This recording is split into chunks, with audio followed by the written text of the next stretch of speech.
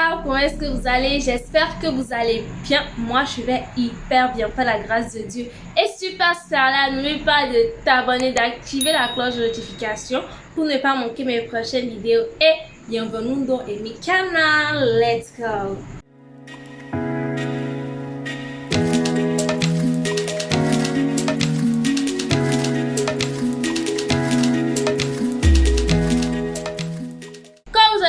Dans cette vidéo, aujourd'hui nous allons parler des cacahuètes ou l'arachide, comme vous voulez, soit l'un soit l'autre, et tout c'est la même chose. Genre, il n'y a même pas que je n'ai pas encore fait de vidéo dessus au fait. Genre, depuis je me concentre plus sur les légumes, donc je me suis pas encore concentrée sur les légumineuses ou bien les noix. Et peut-être prochainement je vais m'attaquer aux noix, parler des noisettes, des dattes, de la cajou. Donc aujourd'hui, je vais me concentrer sur l'arachide. Donc, comme je le disais, l'arachide est une légumineuse. Au début, on pensait tous que l'arachide, on n'était pas encore né. Qui est là en train de regarder, on n'était pas encore né. On pensait tous que l'arachide était en fait une tubercule. Assez bizarre de penser ça, hein. Mais de l'idée qu'on se fait des tubercules et la pomme de terre et l'iam, la patate douce. Donc, imaginez l'arachide comme une tubercule. C'est assez bizarre, mais c'est pas la question. Donc, la cacahuète, elle se développe sous terre car quand l'ovaire de ses fleurs est fécondé et que la formation du fruit commence, celui-ci s'introduit dans la terre où il achève de mûrir. D'où il possède tous que c'était une tubercule.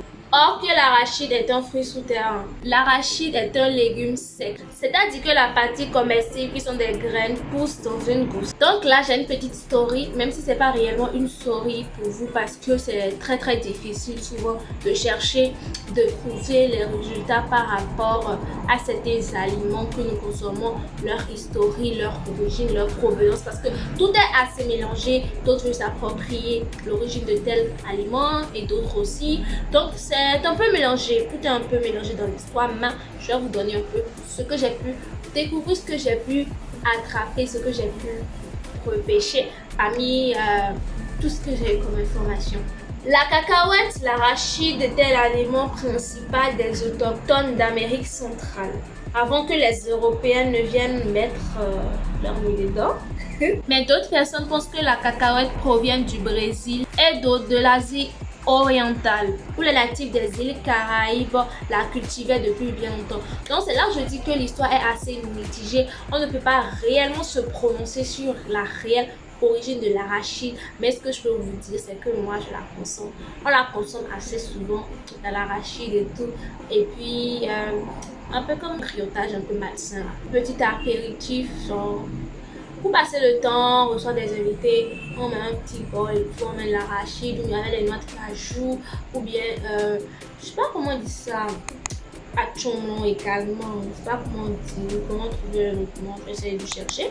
Ce que je peux vous dire de la valeur nutritive de la cacahuète, c'est qu'elle se rapproche un peu plus également des valeurs de la noix et l'amande. La cacahuète dépasse largement les viandes dans la composition en hydrates de carbone, graisse, protéines, vitamines B1, C, E, niacine et également en minéraux tels que le calcium, le magnésium et le potassium. En hydrates de carbone et en graisse, mais pas autant que le miel et les huiles. Les fruits secs et les oléagineux contiennent toutes les substances nutritives fondamentales, mais à des proportions assez élevées, dont il ne faut pas en abuser. Vu que la cacahuète apporte 567 kcal pour 100 grammes, si vous les consommez en plus d'un repas encore à côté, là, ça va vous conduire tout droit vers l'obésité. Et ceux qui ne prennent pas le temps de mastiquer et qui les ingèrent assez rapide feront une digestion. La consommation de l'arachide favorise la lutte contre les affections de la peau grâce à sa retenue en niacine et en acide gras insaturé. Donc, ce qui permet que à chaque fois que les cellules de la peau se renouvellent, elles puissent le faire en bon état. Elles puissent être maintenues en bon état. Donc, elle contribue également contre les affections cardiaques, vu qu'elle est riche en acides gras essentiels. Ces acides sont une source d'énergie assez riche pour les cellules du cœur et contribuent à réduire le niveau de cholestérol en améliorant la circulation du sang dans les artères coronaires. Les cacahuètes étant pauvres en sodium et riches en potassium, ce qui protège contre l'hypertension artérielle et évite la rétention de liquide dans les tissus. Et elle doit être consommée sans sel pour obtenir un effet bénéfique. Maintenant, je vais vous présenter les différentes manières de consommer l'arachide. Donc, l'arachide peut être grillé au four. Il suffit de les griller, mais sans rajouter de sel, ça sera l'idéal. Ensuite, vous pouvez les frire dans de l'huile. Personnellement, je n'ai jamais essayé ça, mais vous pouvez les frire dans les huiles. Mais ça peut être assez indigeste. Et crues, elles sont assez mal digérées. On ne peut pas prendre du arachides comme ça et puis la consommer crue parce qu'elles seront assez mal digérées. Et vous connaissez la suite, hein? On va pas faire tout un dessin. On peut également la préparer. On prépare l'arachide préparé. Les deux sont mieux préparés ou bien au four. Quand je parle de au four, c'est également pour ceux qui n'ont pas de four, on prend une casserole, on met l'arachide dedans et puis on essaie de mélanger à chaque fois,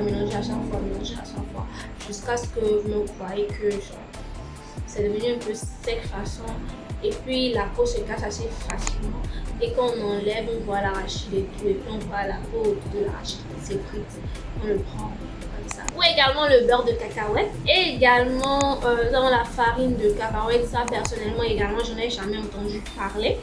J'en ai jamais fait également, je n'ai jamais pris. Mais il y a également la farine de cacahuète. Elle est très riche en protéines. Et dans certains pays, elle est mélangée à la farine de froment pour élaborer du pain et des pâtisseries ayant un grand apport nutritif. Et également, la dernière manière de prendre l'arachide, on a la sauce d'arachide également. On écrase l'arachide et puis on fait la sauce. Également, ça c'est tellement bon. Quand vous le prenez avec de l'yam pilé, on prend l'yam, on pile, puis on en consomme avec la sauce d'arachide. Là, c'est carrément succulent. Mais c'est pas à exagérer non plus. Si vous voulez suivre un régime assez strict, je vous le conseille de le prendre tout le temps. Mais carrément, c'est quelque chose, si vous goûtez là, vous allez en perdre la raison. Vous allez totalement en perdre la raison. Donc, ce sera tout pour cette vidéo et j'espère qu'elle t'aura plu. Et surtout, n'oublie pas d'aller t'abonner sur ma page Facebook Rosine Nutrition. Tu pourras poser toutes tes questions, toutes tes préoccupations par rapport à la nutrition. Et également, n'oublie pas de me donner ton avis en commentaire parce que ça compte pour moi. Et like ma vidéo et abonne-toi. A plus, bye bye, bisous.